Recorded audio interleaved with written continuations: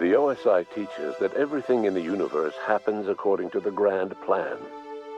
But the stranger that arrived in Halcyon was an unplanned variable. From the moment he landed in Emerald Vale, his actions altered the course of history. The events on Tartarus brought about the end of the board's authority. But the board's mistakes would haunt the colony for decades to come. The damage they left behind would require the work of a generation to repair. Dr. Phineas Wells began reviving a handful of the Hope's colonists, engineers, scientists, technicians, and intellectuals. They were among the brightest minds the Earth had ever sent out into the stars. The Hope scientists and engineers woke up in a colony descending headlong into total collapse. With no way to return to Earth, they had no choice but to band together and devote themselves to the cause of saving Halcyon. The people of Halcyon were nothing if not hardy. In the absence of the board's authority, many of the colony's settlements banded together with a single purpose in mind: survival. Life was especially hard in the years to come. Some towns dissolved by attrition and starvation, but most of them found a way to carry on. In the years to come, Halcyon was forced to reckon with its newfound freedom. The board was gone, and for better or worse, the colony was responsible for its own destiny. Sanjar's civil liberties and worker-centric policies were slow to catch on with the other corporations. But as Halcyon began its long, arduous journey toward recovery, many of Terra 2's smaller townships started adopting MSI's alternative corporate structure, and eventually became entirely self-sufficient. In the coming years, many of these townships managed to eke by, where otherwise they might have starved. Consumed by paranoia, Lilia Hagen took Sublight Salvage in a controversial direction, openly accusing board officials of an extraterrestrial conspiracy. One day, an accident at the Groundbreaker's docking bay silenced her forever. Time would tell if her replacement could keep the Sublight family together. Adelaide McDevitt replaced Reed Thompson as the leader of Edgewater. She and her followers transformed Edgewater in their image.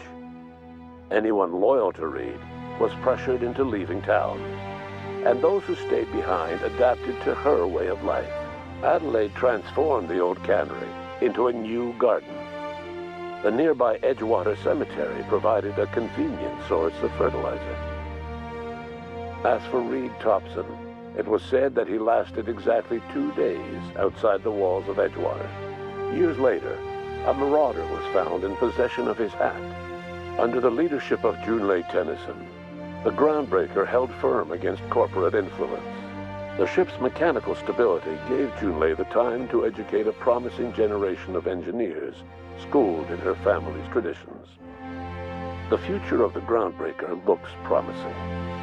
The rediscovery of the Hope and the abandonment of the lifetime employment program forced Byzantium to come to terms with some uncomfortable realities about the state of Halcyon.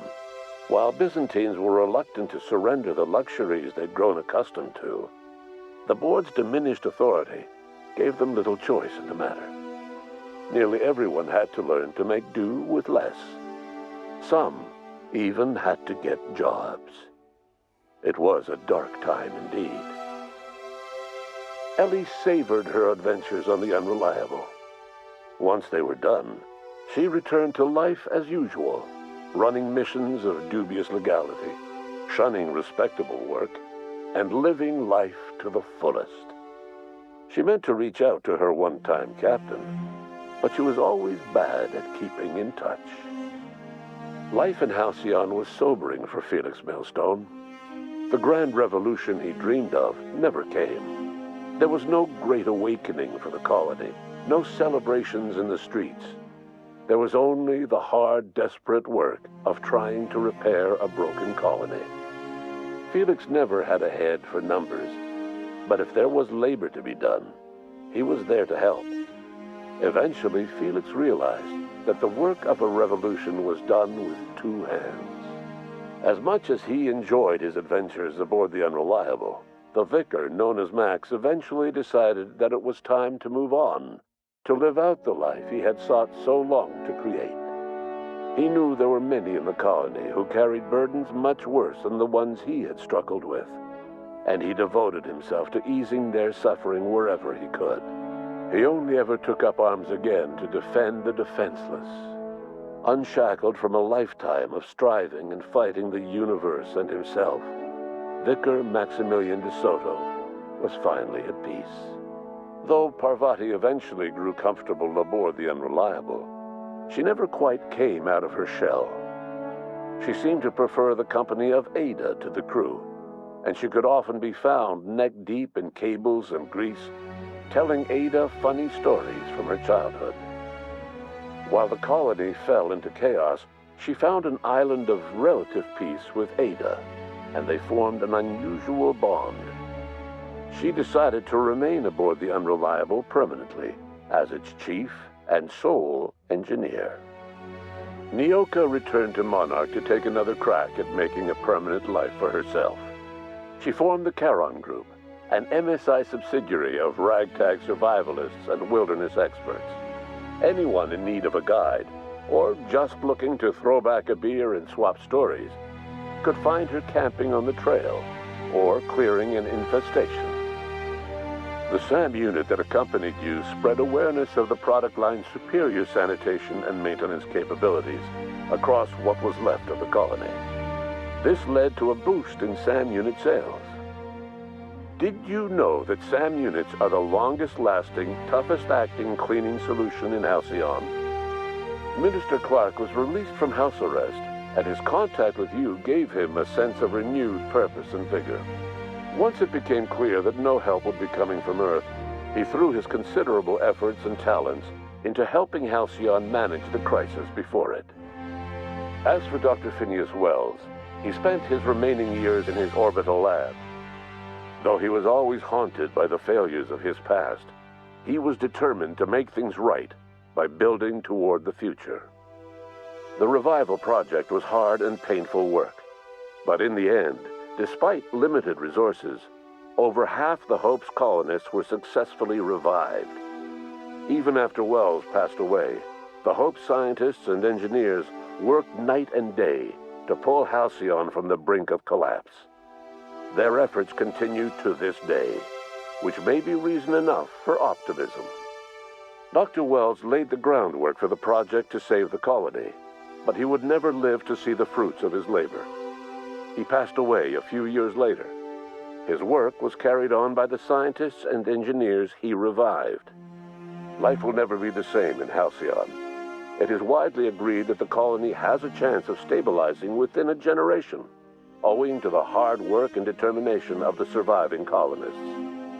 Recovery is a distant goal, and the path is long and uncertain. But the people of Halcyon carry on, determined as ever. And what about you, the unplanned variable in the history of Halcyon? Long after Wells passed away, you carried on his work with more energy, determination, and brilliance than he could ever muster. The years that followed were hard, but Halcyon survived by the efforts of the Hope's most promising colonists, the greatest of which was you. No one knows what's happened to Earth, and no one knows what the future has in store for Halcyon. All we know for certain is this: the name of the Unreliable and that of its intrepid captain will remain the subject of countless stories for years to come.